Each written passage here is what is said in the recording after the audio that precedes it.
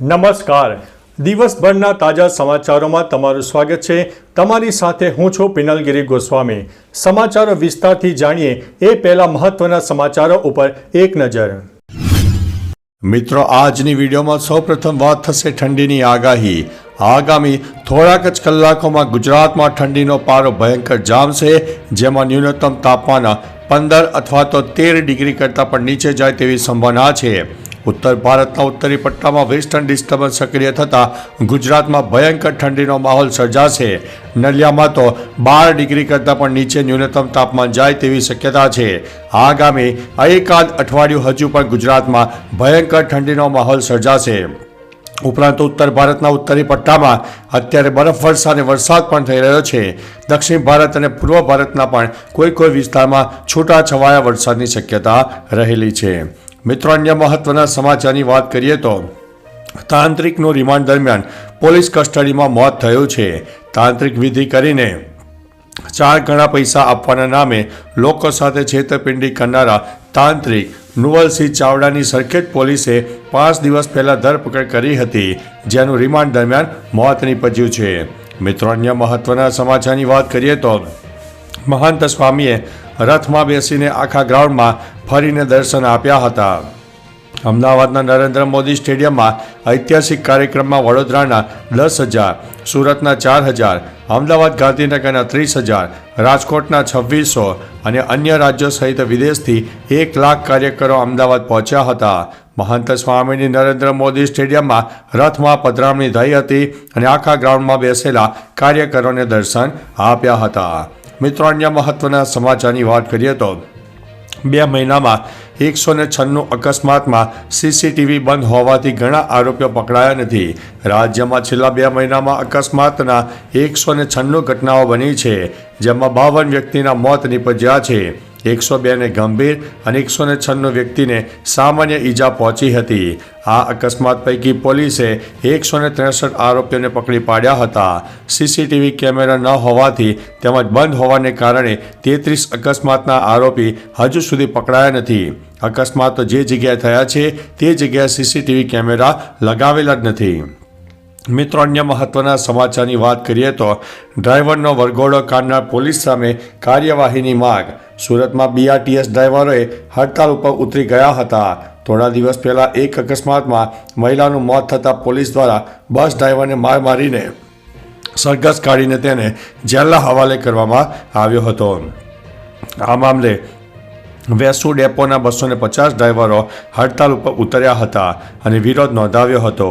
તેઓએ જેલમાં બંધ ડ્રાઈવરને તાત્કાલિક મુક્ત કરવામાં આવે તેવી માંગ કરી છે.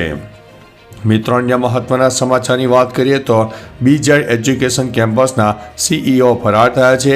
વિદ્યાર્થીઓનું ભાવિ અધ્ધરતાલ. બીજેડ એજ્યુકેશન કેમ્પસના સીઈઓ પણ હાલમાં ફરાર છે, જેની સૌથી મોટી અસર બીજેડ એજ્યુકેશન કેમ્પસમાં અભ્યાસ કરતા 4,500થી વધારે વિદ્યાર્થીઓ સહિત 350 સ્ટાફને ફી તેમજ શૈક્ષણિક સ્ટાફનો પગાર કરવા મામલે સમસ્યા સર્જાઈ છે. છેલ્લા કેટલાક સમયથી ફરાર થયેલા ભૂપેન્દ્રસિંહ ઝાલા સમગ્ર બીજેડ એજ્યુકેશન કેમ્પસમાં ટ્રસ્ટી તરીકે જવાબદારી નિભાવતા હતા.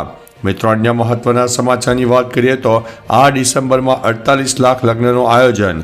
આ વર્ષે 12 નવેમ્બરથી 16 ડિસેમ્બર સુધી દેશભરમાં 48 લાખ લગ્ન થવાનો અંદાજ છે. ભારતના લગ્ન બજારને ખાદ્ય અને કરિયાણા ઉદ્યોગ પછી બીજા નંબરનું સૌથી મોટું બજાર માનવામાં આવે છે.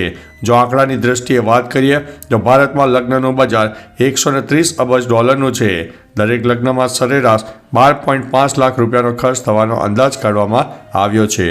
મિત્રો, અન્ય મહત્વના સમાચારની વાત કરીએ તો અમદાવાદ મ્યુનિસિપલ કોર્પોરેશનના શાસકો ઊંઘતા ઝડપાયા છે. ઇન્ટરનેશનલ બુક ફેસ્ટિવલના આયોજનમાં નેશનલ બુક ટ્રસ્ટ અને અમદાવાદ મહાનગરપાલિકાના શાસકો ઊંઘતા ઝડપાયા છે. બુક ફેસ્ટિવલમાં ઇન્ટરનેશનલ લેખકો અને ઇતિહાસકારોની જાણકારી મેળવ્યા વગર જ આમંત્રણ આપીને મોટી જાહેરાતો કરવામાં આવી હતી. ત્યારબાદ સોશિયલ મીડિયામાં વિરોધનો સૂર ઉઠતા અંતિમ ઘડીએ તેઓના સેશન કેન્સલ કરવાનો વારો આવ્યો હતો. આ સમગ્ર મામલે હાલ આયોજકોએ મૌન પણ ધારણ કર્યું છે. મિત્રો, અન્ય મહત્વના સમાચારની વાત કરીએ તો વિવાદિત ભાષણમાં ફસાયા છે લાલજી દેસાઈ. કોંગ્રેસ નેતા લાલજી દેસાઈના ભાષણનો વિડીયો વાયરલ થતાં ગુજરાતનું રાજકારણ ફરી એક વખત ગરમાયું છે. મંત્રીઓને ફાળવાતા ખાતાઓ વિશે લાલજી દેસાઈનો વિડીયો વાયરલ થયો છે, જેમાં તેઓ ભાજપને બ્રાહ્મણ, જૈન અને પટેલની પાર્ટી ગણાવી રહ્યા છે. જો કે આ નિવેદન બાદ દિનેશ બાંભણિયાની પ્રતિક્રિયા સામે આવી છે, તેમજ કોંગ્રેસ પ્રવક્તા મનહર પટેલનું પણ નિવેદન સામે આવ્યું છે. મિત્રો, અન્ય મહત્વના સમાચારની વાત કરીએ તો અમદાવાદમાં 40 લાખની લૂંટ, પોલીસ બેડામાં દોડધામ મચી જવા પામી છે.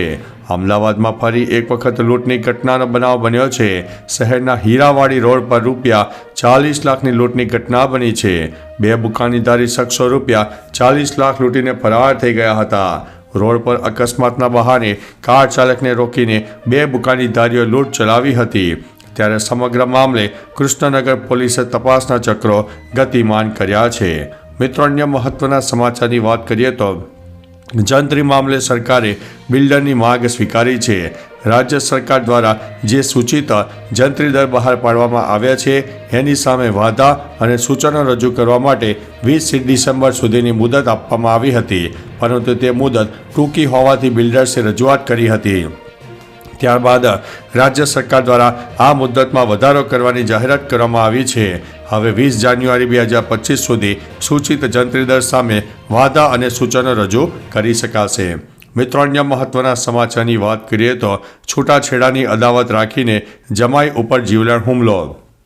અમદાવાદમાં પતિએ 2 બાળકો સાથે પત્નીને છૂટાછેડા આપતા જમાઈ પર જીવલેણ હુમલો કરવાની ઘટના પ્રકાશમાં આવી છે, જેમાં જમાઈ, સસરા અને સાળા વચ્ચે મારામારી થઈ હતી. આ ઘટના વિડીયોનો વાયરલ થયો છે. લાકડી અને અન્ય હથિયારોથી હુમલો કરવામાં આવ્યો હતો.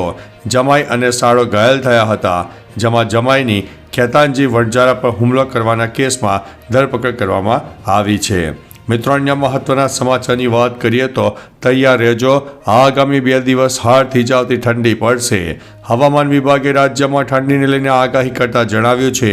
તેમણે જણાવ્યું છે કે રાજ્યમાં આગામી 2 દિવસ કાતિલ ઠંડીમાં વધારો થશે. તાપમાનમાં 2 થી 4 ડિગ્રીનો ઘટાડો થશે. તાપમાન ઘટવાની શક્યતાથી ઠંડીમાં વધારો થશે. અમદાવાદમાં 15 થી 16 ડિગ્રી લઘુત્તમ તાપમાનની શક્યતા વ્યક્ત કરવામાં આવી છે. તો ચાલો મિત્રો, ફરીથી દેશ અને દુનિયાના સુપરફાસ્ટ સમાચાર લઈને મળતા રહીશું. ત્યાં સુધી અમને રજા આપશો. નમસ્તે.